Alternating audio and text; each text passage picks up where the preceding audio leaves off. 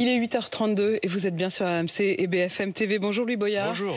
Merci de répondre à mes questions ce matin. Vous êtes député La France Insoumise, NUPES du Val-de-Marne.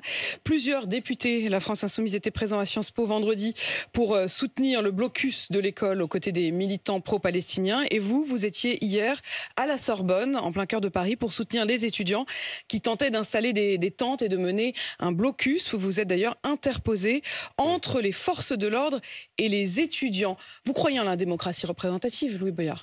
Ah, tout à fait. Tout à fait. Vous êtes vous-même d'ailleurs un représentant de la France. Tout à fait. Qu'est-ce que vous pensez du fait qu'ils étaient 50 ?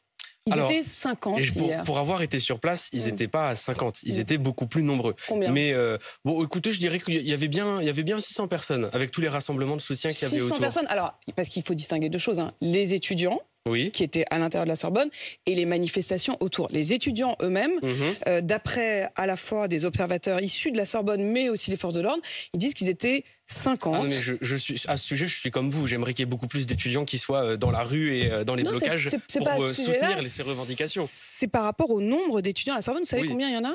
Oh, je dirais 20 000 en moyenne. 55 000. 55 000 étudiants à la Sorbonne. Une cinquantaine, peut-être plus, 12 tentes, 20 tentes même peut-être. Tous les amphithéâtres et les salles de cours qui ont dû être évacués, l'ensemble des cours de l'université et les examens qui ont dû être annulés. Est-ce que vraiment c'est l'image que vous vous faites de la question de la majorité et du rapport de la majorité avec la minorité? Est-ce que vous pensez très sincèrement qu'il y a une majorité du peuple français qui soutient ce qui se passe actuellement à Gaza?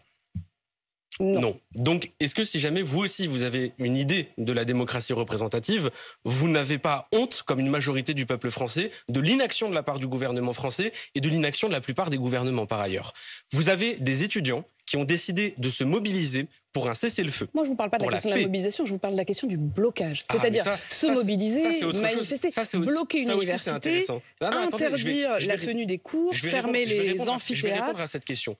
Ils font quoi si jamais ils n'utilisent pas les méthodes de blocage? Ils manifestent. Vous les écoutez quand ils manifestent? Bah oui. Non, ils ne sont pas écoutés, on les regarde même pas. Quand ils font des pétitions, on les regarde même pas. Mais alors dès lors qu'il commence à y avoir des manifestations et des blocages, alors là on commence à s'intéresser à ces étudiants. Vous voulez dire qui quand on dit on? Ah ben, je veux parler à la fois de la classe médiatique et de la classe politique. Attendez, le sujet là, il n'est pas de savoir si jamais ils étaient assez à la Sorbonne ou pas, de savoir si jamais le blocage est une bonne méthode pour pouvoir se mobiliser ou pas. Moi, ce que je pose le comme sujet, question, c'est il est de savoir du rapport entre la majorité et la minorité et de la capacité de blocage. Mais attendez, je vous ai dit que la majorité du peuple français, et je pense que je peux l'affirmer très sereinement, la majorité du peuple français s'oppose à ce qui est en train de se passer à Gaza. La majorité des jeunes trouve que le gouvernement français est totalement... Personne n'est favorable à une guerre, personne, je crois. Alors dans ce cas, pourquoi est-ce qu'on n'a pas encore obtenu le cessez-le-feu? L'Organisation des Nations Unies a appelé à un cessez-le-feu. Pourquoi le gouvernement israélien n'applique pas ce cessez-le-feu? L'ultra-majorité des peuples du monde demande à ce qu'arrête le massacre à Gaza. Et là, par contre, ce qui commence à choquer, c'est que quand il y a des blocages, alors là, tout de suite, ça commence à choquer. Pardon, moi, ce qui me choque, c'est ce qui se passe à Gaza. Et ces étudiants sont en train de donner une grande leçon à ce pays. Quand on est citoyen de la République française et qu'on a sous nos yeux un génocide, on se mobilise, on utilise tous les moyens qu'on a en notre pouvoir pour obtenir la paix. Ces étudiants sont une fierté, ils honorent la France et je continuerai d'être à leur côté. Quand vous dites je continuerai à être à leur côté, est-ce que ça veut dire, Louis Boyard, que vous appelez les autres universités de France à suivre le mouvement? Alors, à entraîner des blocus.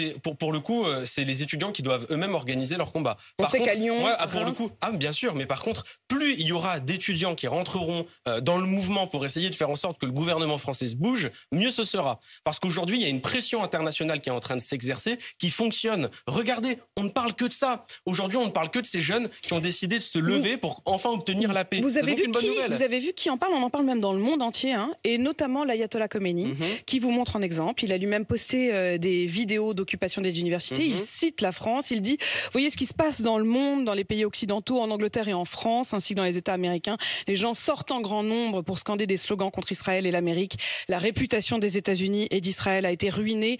Ils n'ont vraiment aucune solution. L'ayatollah Khomeini qui vous prend en modèle, comment vous le vivez? Alors, Viktor Orban, par exemple. Non, mais attendez, je vais vous répondre. Viktor Orban, le Premier ministre hongrois, lui, il soutient le gouvernement israélien. Est-ce que vous allez attraper la veste de Gabriel Attal pour lui dire « Alors, monsieur Attal, vous êtes sur la même ligne que monsieur Orban ?» Vous mettez l'ayatollah Khomeini sur le même plan? Je n'ai ni de la sympathie pour l'ayatollah, ni de la sympathie pour monsieur Orban. Pour vous, l'ayatollah Khomeini et Viktor Orban? Non, mais attendez.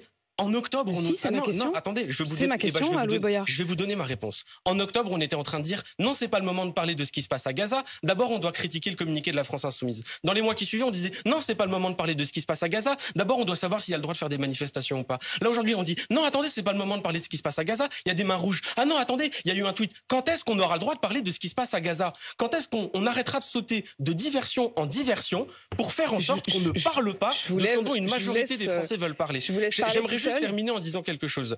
L'ultra-majorité des Français a honte de l'inaction gouvernementale et je pense même a honte de la qualité du débat médiatique aujourd'hui sur ce qui se passe à Gaza. Je n'ai pas de chiffres là-dessus et je trouve que le rapport sur la question de la majorité et de la minorité est assez seulement 30% des Français qui font confiance aux médias, ça me paraît quand même être un chiffre qui en dit long.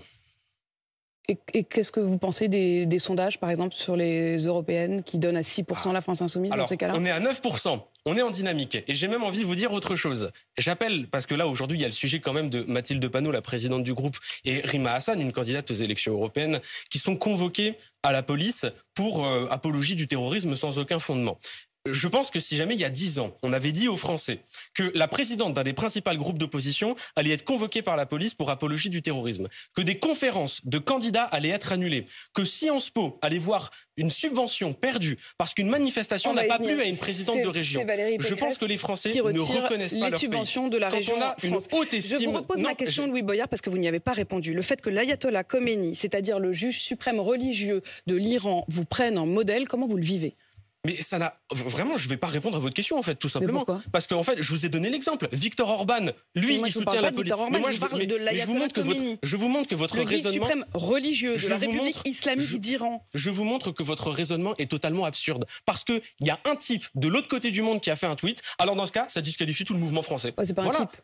Ah oui, c'est un dirigeant pour lequel je n'ai aucune sympathie, je vous rassure. J'imagine bien, c'est pourquoi moi, en tout cas, si j'étais soutenu par l'ayatollah Khomeini, ça me mettrait mal à l'aise, au minimum. Ah non, mais attendez, vous vous rendez compte? Non, vous non. Non, mais attendez, mais je vais vous dire, aujourd'hui, on se retrouve à avoir, parce qu'il y a quand même la France... 834 personnes ont été exécutées en Iran l'an dernier. Et je le condamne. Ce qui se passe actuellement en Iran, particulièrement le combat pour les droits des femmes en Iran, c'est un grand combat. Mais aujourd'hui, la France et plus généralement l'Europe, les États-Unis se retrouvent dans une telle contradiction quand on se prétend être des pays démocratiques, des pays des droits de l'homme et qu'on soutient ce qu'est en train de faire le gouvernement israélien. Ça permet à des gens comme ceux-là, des gens qui sont dégoûtants dans ce qu'ils font dans leur pays, de jeter l'opprobre sur nous. Et quand je vous disais qu'ils nous mettent, quand je vous dis que nos gouvernements nous mettent la honte, vous ne voyez pas une contradiction dans le fait que le combat pour la liberté que vous voulez soutenir soit soutenu par un homme comme l'ayatollah Khomeini? Non mais écoutez, là, moi je ne suis pas en garde à vue, d'accord? C'est la 4e fois que vous me posez la question.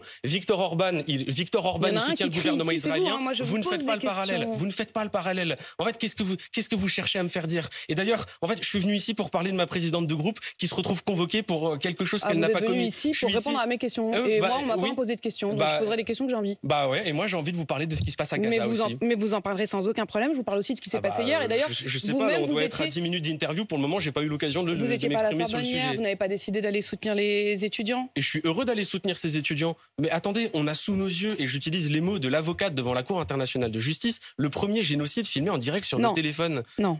Alors, on va dire les choses très précisément. Ça n'existe pas. Puisque vous citez la présidente de la Cour internationale de justice, j'imagine que vous faites référence à Madame Joanne Donoghue, qui vient de donner une interview à la BBC. C'est elle qui a présidé le tribunal suprême des Nations Unies, notamment le 26 janvier, lorsque la question du génocide a été posée. La question du génocide, le mot de génocide n'a d'ailleurs pas été retenu pour définir l'action d'Israël à Gaza. En revanche, et elle le précise, vous pourrez regarder, elle l'a dit à la BBC hier, elle dit « Je voudrais corriger ce qui souvent a été mal compris dans les médias. L'accusation de génocide aurait été plausible. » Non, elle dit « Il a été jugé plausible le risque pour le droit des Palestiniens d'être protégés du génocide. » Alors, comment est-ce que vous appelez un État qui tue 40 000 personnes, qui empêche l'entrée de médicaments sur une zone de guerre dans laquelle on ampute des enfants sans anesthésie, dans lequel il n'y a pas d'eau, dans lequel il n'y a pas de nourriture, dans lequel il y a actuellement une famine, dans lequel le gouvernement israélien a annoncé qu'il allait attaquer Rafah, où se trouvent des millions de réfugiés? Vous appelez ça comment? Vous appelez ça génocide. La Cour internationale de justice a expliqué. Il y a besoin d'un certain nombre de mesures conservatoires pour éviter le risque de génocide. Exactement. Qu'a fait le gouvernement israélien depuis? Exactement. Qu'a fait le gouvernement israélien depuis? Et c'est effectivement la question aussi, la définition depuis du génocide. Le gouvernement israélien n'a effectivement pas du tout répondu à ces accusations. Il n'a pas répondu aux mesures conservatoires. Il n'a absolument pas répondu Donc à ces le risque de génocide est caractérisé. Il est d'ailleurs possible, et c'est Nicolas Poincaré qui nous l'expliquait ce matin sur RMC, que Benjamin Netanyahou soit lui-même condamné par un mandat d'arrêt de cette Cour internationale de justice, peut-être même aujourd'hui. Oui. Alors dans ce cas, pourquoi est-ce que notre gouvernement continue de livrer des armes à ce gouvernement-là? Vous demandez au gouvernement de cesser toute livraison d'armes, effectivement, écoutez, toute vente. Hein. Alors, c'est pas une livraison d'armes, faut pas... Alors, selon il y a des munitions qui ont été livrées. Mais écoutez, et je le redis, l'ultra-majorité du peuple français observe ces images et dégoûté par ce qui se passe. J'ai du mal avec vos expressions d'ultra-majorité, d'ultra-minorité, de majorité. Encore une fois, moi, quand je vous dis, ils sont 50, ils sont 55 000, on peut discuter des chiffres. Oui, mais moi, dans ce cas, je vous l'affirme, et je suis heureux que l'ultra-majorité du peuple français soit aujourd'hui profondément indignée par ce qui est en train de se passer. Et pourquoi vous n'appelez pas une manifestation, alors, plutôt qu'un blocage? Parce qu'on a appelé à des manifestations, mais comme je vous le dis, quand on ne bloque pas, vous ne le couvrez pas. La preuve, votre question. C'est totalement faux. Non, mais Louis Boyard, à un moment, vous ne pouvez pas toujours vous mettre dans cette position-là. Il y a eu des manifestations, de nombreux samedis d'ailleurs, des manifestations de soutien aux Palestiniens. Vous en avez vu les images sur toutes les télévisions de France, dans tous les journaux. Et c'est parfaitement normal de couvrir toutes les manifestations. On ne fait pas des manifestations pour parader. On ne fait pas de manifestations pour notre bonheur. On fait des manifestations pour que les choses changent. Aujourd'hui, les manifestations ne permettent pas de faire entendre au gouvernement français qu'il y a besoin de clamer avec plus de force le cessez-le-feu et qu'il y a besoin aujourd'hui de prendre des sanctions contre Israël. Donc, les étudiants passent au blocage. C'est un honneur, c'est une fierté, parce que c'est le seul mode d'action qu'ils ont pour faire respecter la fierté de la citoyenneté française, à savoir ne pas laisser faire un massacre et un génocide.